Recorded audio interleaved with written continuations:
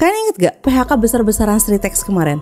Dimana viral ya kalau si owner ikut duduk bareng sama ribuan karyawannya ketika PHK terjadi. Tapi baru banget terungkap kalau ternyata di balik kehancuran Sritex ada kasus dugaan korupsi triliunan rupiah yang melibatkan mantan direktur utamanya sendiri, Iwan Setiawan Lukminto. Hai guys, balik lagi di channel Nai. Hari ini aku akan bahas salah satu kasus korupsi yang mengagetkan Indonesia dari PT Sritex yang baru aja terungkap. Apa yang sebenarnya terjadi? Bagaimana bisa perusahaan sebesar ini tersandung kasus korupsi? Apa benar ada hubungannya dengan wakil presiden kita? Yuk kita bahas di video ini. Kalau kalian suka pembahasan semacam ini, kalian bisa langsung subscribe di channel Nai, karena Nai akan update tiap minggu bawain kasus-kasus menarik seperti ini, dan ada juga kisah horor loh. Jangan lupa di like and share juga biar Nai makin semangat bikin videonya. Nah, langsung aja kita masuk ke videonya. Mari kita mulai. Oke, jadi sebelum masuk kita akan mulai ceritanya dari latar belakang Sritex dulu ya. Sritex atau PT Sri Rejeki Isman Tbk sebenarnya punya cerita yang cukup inspiratif. Perusahaan ini didirikan sama HM Lukminto pada tahun 1966.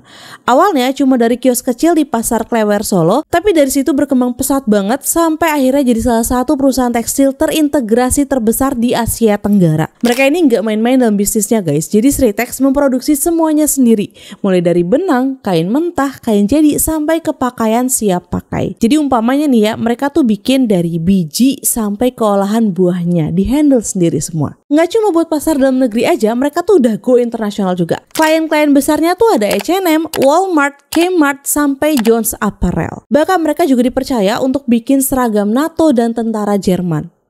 Kurang keren apa coba? Nah, kantor pusat Sritex ini di Sukoharjo, Jawa Tengah, dan mereka tuh punya kompleks pabrik yang gede banget, luasnya sekitar 79 hektar. Karyawannya juga nggak sedikit karena lebih dari 17.000 orang menjadi karyawan Sritex. Dan bukan cuma dari Indonesia aja, mereka juga punya tenaga ahli dari luar negeri kayak Korea Selatan, Filipina, India, Jerman, dan Tiongkok. Jadi emang profesional banget pengelolaan Sritex ini. Nah, tahun 2017 pendapatan mereka tuh menyentuh angka 759 juta US dollar. Atau kalau dirupiahin waktu itu sekitar 10,2 triliun rupiah. Nah, sebagian besar penghasilan itu datang dari bisnis pemintalan, garment, finishing, dan tenun. Tapi sayangnya di tahun 2023 pendapatan mereka tuh turun jadi 325 juta US dollar atau sekitar 4,9 triliun rupiah kali ya saat itu. Nah, turunnya itu lumayan jauh, sekitar 38% dibanding tahun sebelumnya. Penyebabnya itu gabungan antara kondisi pasar global yang lagi nggak stabil dan tantangan internal perusahaan sendiri. Nah, dan mungkin ya karena pendapatan yang terus menurun ditambah tekanan ekonomi yang makin berat, apalagi sempat ada COVID juga ya kalau kalian ingat.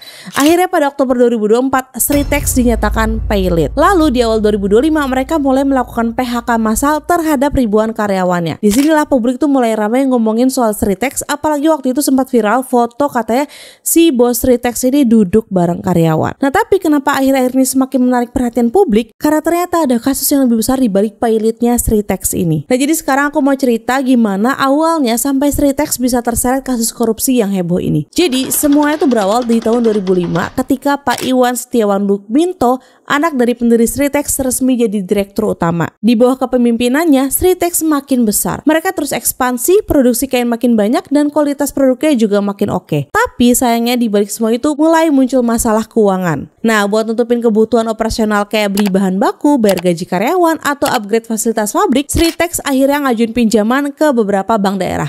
Ada Bank BJB, Bank DKI, dan Bank Jateng. Nilai itu nggak main-main, ada yang ratusan miliar sampai triliunan rupiah. Dengan nilai pinjaman yang fantastis sampai triliunan tadi, Sritex tetap menghadapi kendala keuangan. Sritex makin kesulitan buat bayar utangnya dan akhirnya banyak kredit yang macet. Nah, di Oktober 2024, Sritex resmi dinyatakan pailit, dan di awal 2025 mereka terpaksa melakukan PHK besar-besaran dengan total 10.965 karyawan yang terkena dampaknya. PHK ini nggak cuma terjadi di kantor pusat, tapi juga di anak-anak perusahaan mereka seperti PT Sritex Sukoharjo, PT Bitratex Semarang, PT Prima Yuda Boyolali, sampai PT Sinar Pancajaya di Semarang. Nah, di PT Sritex Sukoharjo sendiri ya, mereka tuh mem-PHK 8.504 karyawan. Padahal sebelumnya total karyawan Sritex tuh sekitar 17.000 orangan. Jadi kebayang nggak sebanyak apa orang yang kena PHK tahun ini? Ini baru dari Sritex aja loh, belum dari perusahaan-perusahaan lainnya. Nah, balik lagi ya, kalian tuh pasti bingung kan? Dengan nilai pinjaman yang triliunan rupiah, kok bisa Sritex tetap pailit? Apa emang ekonomi selesu itu? Nah, sekarang aku akan jelasin alasannya ya guys. Jadi di tahun 2021, mundur dulu kita sedikit ya. Kejaksaan Agung tuh menemukan kejanggalan dalam laporan keuangan Sritex, di mana perusahaan mengalami kerugian sebesar 15,65 triliun rupiah. Padahal ya, pada tahun sebelumnya atau tahun 2020, Sritex tuh mencatat keuntungan sebesar 1,2 triliun rupiah. Nah, lonjakan kerugian yang drastis ini dianggap sebagai anomali dan memicu kecurigaan adanya manipulasi dan penyajian laporan keuangan. Lalu akhirnya dari penyidikan terungkap bahwa sejak tahun 2018 sampai 2020 PT Sritex mengajukan pinjaman ke berbagai bank dengan total pinjaman triliunan rupiah dengan tujuan yang katanya ya untuk modal produksi tekstil. Nah, beberapa bank yang memberi pinjaman antara lain Bank Jateng sebesar 395,6 miliar, Bank BJB sebesar 543,9 miliar, Bank DKI sebesar 149 miliar, dan Bank Sindikasi atau ini gabungan dari beberapa bank yaitu dari BNI, BRI, dan LPI sebesar 2,5 triliun rupiah. Nah, ternyata saat itu Iwan selaku komisaris memalsukan laporan keuangan atau menyembunyikan kondisi keuangan Sritex yang sebenarnya agar terlihat sehat di mata bank. Padahal kenyataannya kondisi keuangan Sritex tuh udah goyah. Nah, laporan yang udah di make up ini dibuat untuk ngajuin pinjaman gede ke berbagai bank tadi. Ditambah lagi ada oknum di pihak bank yang memberi kredit tanpa prosedur dan analisis resiko yang benar. Jadi proses pengajuan pinjaman ini tidak sesuai dengan prosedur alias formalitas doang. Nah, kredit pinjaman cair tanpa analisis resiko yang benar, tanpa jaminan cukup. Bahkan waktu itu ya peringkat kredit Sritex tuh cuma BB. Nah, peringkat kredit ini menunjukkan resiko gagal bayar yang tinggi. Jadi seharusnya Sritex ini tidak layak dikasih pinjaman besar tanpa agunan. Padahal ya pemberian kredit tanpa jaminan seharusnya hanya diberikan kepada perusahaan dengan peringkat A. Sedangkan Sritex cuma BB guys. Nah, setelah dana cair, ternyata nggak semua itu digunakan untuk produksi. Sebagian uang dipakai untuk bayar utang pribadi, membeli aset pribadi seperti tanah dan properti, dan diduga juga melakukan praktik gali lubang tutup lubang, yaitu pakai pinjaman baru untuk tutup utang yang lama. Ya, biasa, paham kan, gali lubang tutup lubang. Nah, lalu karena bisnisnya makin merugi dan uangnya habis untuk kepentingan pribadi, Sritex tidak mampu membayar kembali pinjaman dan terjadi kredit macet di berbagai bank. Hingga Oktober 2024 pada saat Sritex paylit, total outstanding atau tagihan yang belum dilunasi mencapai 3,58 triliun rupiah. Nah, hingga data terakhir yang tersedia pada Juni 2024 ya, PT Sritex masih memiliki utang aktif ke 28 bank swasta lain dengan total mencapai sekitar banyak guys, 809,99 juta US dollar atau hampir 12, bla bla triliun. Jadi selain yang tadi di bank pemerintah, ada juga bank swasta yang kasih pinjaman ke Sritex. Di antaranya itu ada Bank BCA sekitar 1,1 triliun, State Bank of India cabang Singapura sekitar 645 miliar, Bank QNB Indonesia hampir 578 miliar, Citibank Indonesia sekitar 559 miliar, Bank Mizuho Indonesia sekitar 525 miliar, Bank Muamalat sekitar 419 miliar, dan masih banyak bank lain. Nah, karena status paylit, para kreditor termasuk bank-bank yang tadi itu harus melalui proses kurator dan pengadilan niaga untuk menagih hutangnya. Artinya apa? Pembayaran utang ke bank ini tuh masuk ke proses hukum, bukan lagi transaksi biasa antara kreditur dan debitur. Nah, bank-bank ini tuh berisiko besar tidak bisa menarik kembali seluruh dananya, apalagi yang tanpa jaminan cukup. Nah, sekarang aku akan bahas siapa aja sih sebenarnya yang jadi tersangka di kasus dugaan korupsi Sritex ini.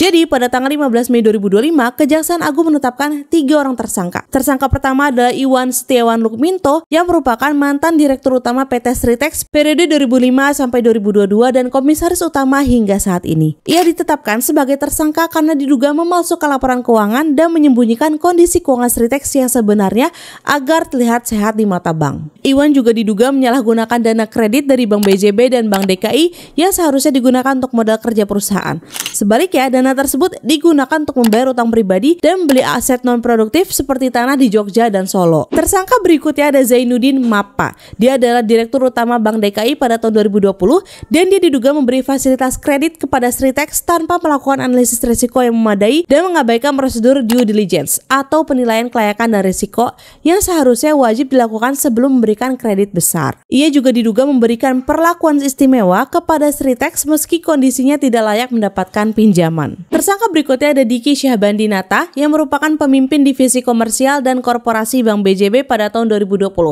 Perannya tuh sama dengan tersangka sebelumnya di mana ia diduga memberikan kredit kepada Sritex secara melawan hukum dengan tidak melakukan analisis yang memadai dan mengabaikan prosedur serta persyaratan yang telah ditetapkan. Diki juga diduga ikut mengamankan proses agar pinjaman cepat cair meskipun kondisi Sritex seharusnya sudah jadi red flag. Nah, jadi untuk tersangka dari pihak bank sampai saat ini ya, Kejaksaan Agung belum mengungkap secara resmi adanya aliran suap atau komisi yang diterima oleh pejabat bank tersebut. Tapi mereka ditangkap lebih ke perannya yang dianggap lalai. Nah, meskipun belum ada bukti resmi mengenai penerimaan suap atau komisi oleh pejabat bank, Kejaksaan Agung masih terus mendalami kasus ini. Penyidikan lebih lanjut mungkin akan mengungkapkan ada gratifikasi atau keuntungan pribadi yang diterima oleh pihak-pihak terkait.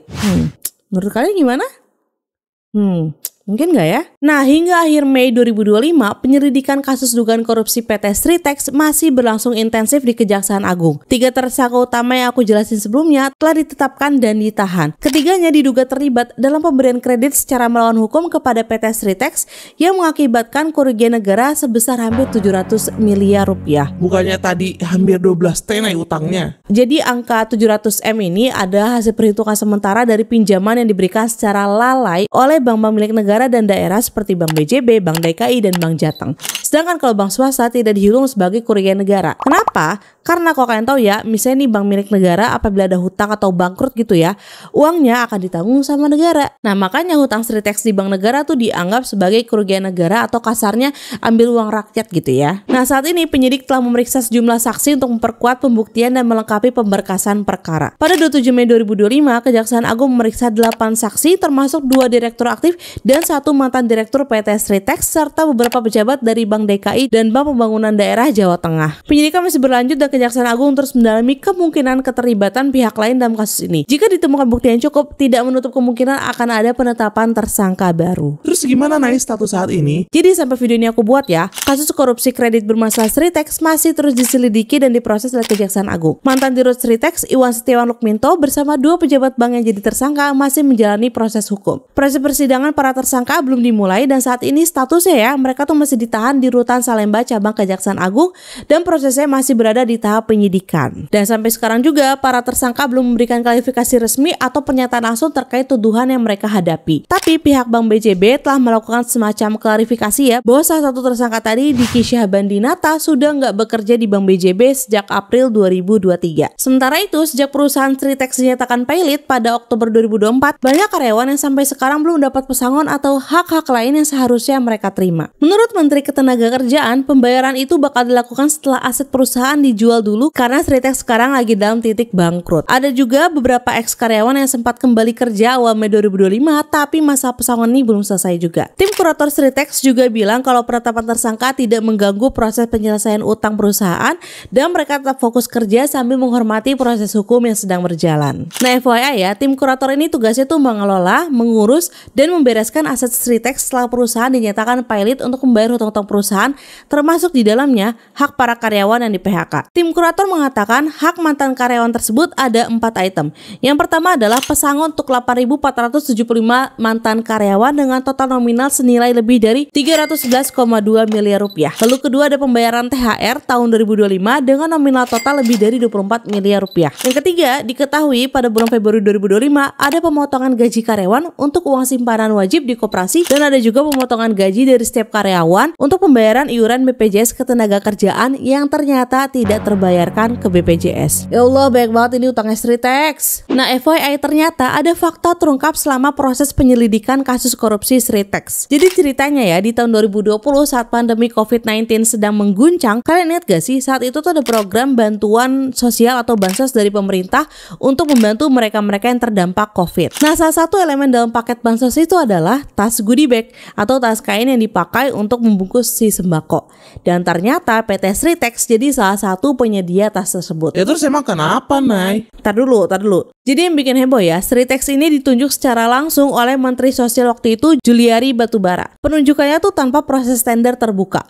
Arahan ini disebut-sebut datang dari atas dan dibenarkan dalam kesaksian Mateus Joko Santoso, mantan pejabat pembuat komitmen di Kemensos. Jadi ibaratnya ya, Sritex ini masuk ke proyek itu karena disuruh langsung. Padahal biasa ya kalau kalian tahu proyek pemerintah tuh ada lelang tender gitu guys. Nah dari situ ada dugaan kong kali kong antara oknum Kemensos dan internal Sritex di mana pengadaan dilakukan secara sepihak. Sritex ini menyuplai tas untuk bansos tahap 7 sampai tahap 12 kurang lebih dari Agustus sampai November 2020 yang harga per tasnya ditetapkan Rp15.000 dan pembayaran dilakukan langsung oleh vendor sembako ke pihak Sritex. Sebelumnya sempat diberitakan bahwa PT Sritex disebut-sebut dekat dengan pejabat karena mendapat rekomendasi dari Gibran Rakabuming Raka. Namun hal tersebut sudah dibantah oleh Gibran maupun manajemen PT Sritex. Itu nggak benar itu. Saya tuh tidak pernah merekomendasikan atau memerintah atau ikut campur dalam urusan bansos ini, apalagi merekomendasikan goodie bag. Nggak pernah seperti itu berita yang tidak benar. PT Sritex mengatakan bahwa pihaknya tidak pernah berinisiatif untuk meminta proyek pembuatan tas kain penyaluran bansos COVID karena penawaran justru datang dari pihak Kemensos sekitar Juli 2020. Nah makanya dengan terungkapnya kasus korupsi PT Sritex yang tadi aku jelasin, netizen tuh mulai mengait-ngaitkan. Apa jangan-jangan emang si owner nih ada main ya di kasus bansos juga? Apa ini bukan kasus korupsi pertamanya? Menurut kalian gimana? Coba komen di bawah ya. Nah, gimana pendapat kalian tentang video hari ini? Ternyata nggak cuma perusahaan pelat merah ya yang kena kasus korupsi, bahkan perusahaan milik swasta juga kena. Tulis komentar kalian di bawah karena aku mau dengar pendapat kalian juga. Kalau ada info lain yang belum aku sampaikan, atau misalnya ada request untuk next video, bisa banget tulis di bawah atau DM IG-ku @nadiarahmatin atau TikTok @diceritain.my. Sekian video hari ini, semoga kalian suka dengan cara aku menyampaikan kasusnya. Jangan lupa subscribe biar makin semangat bikin videonya, dan sampai ketemu lagi minggu depan. Bye-bye. And last but not least, thank you so much buat yang udah subscribe. Bye.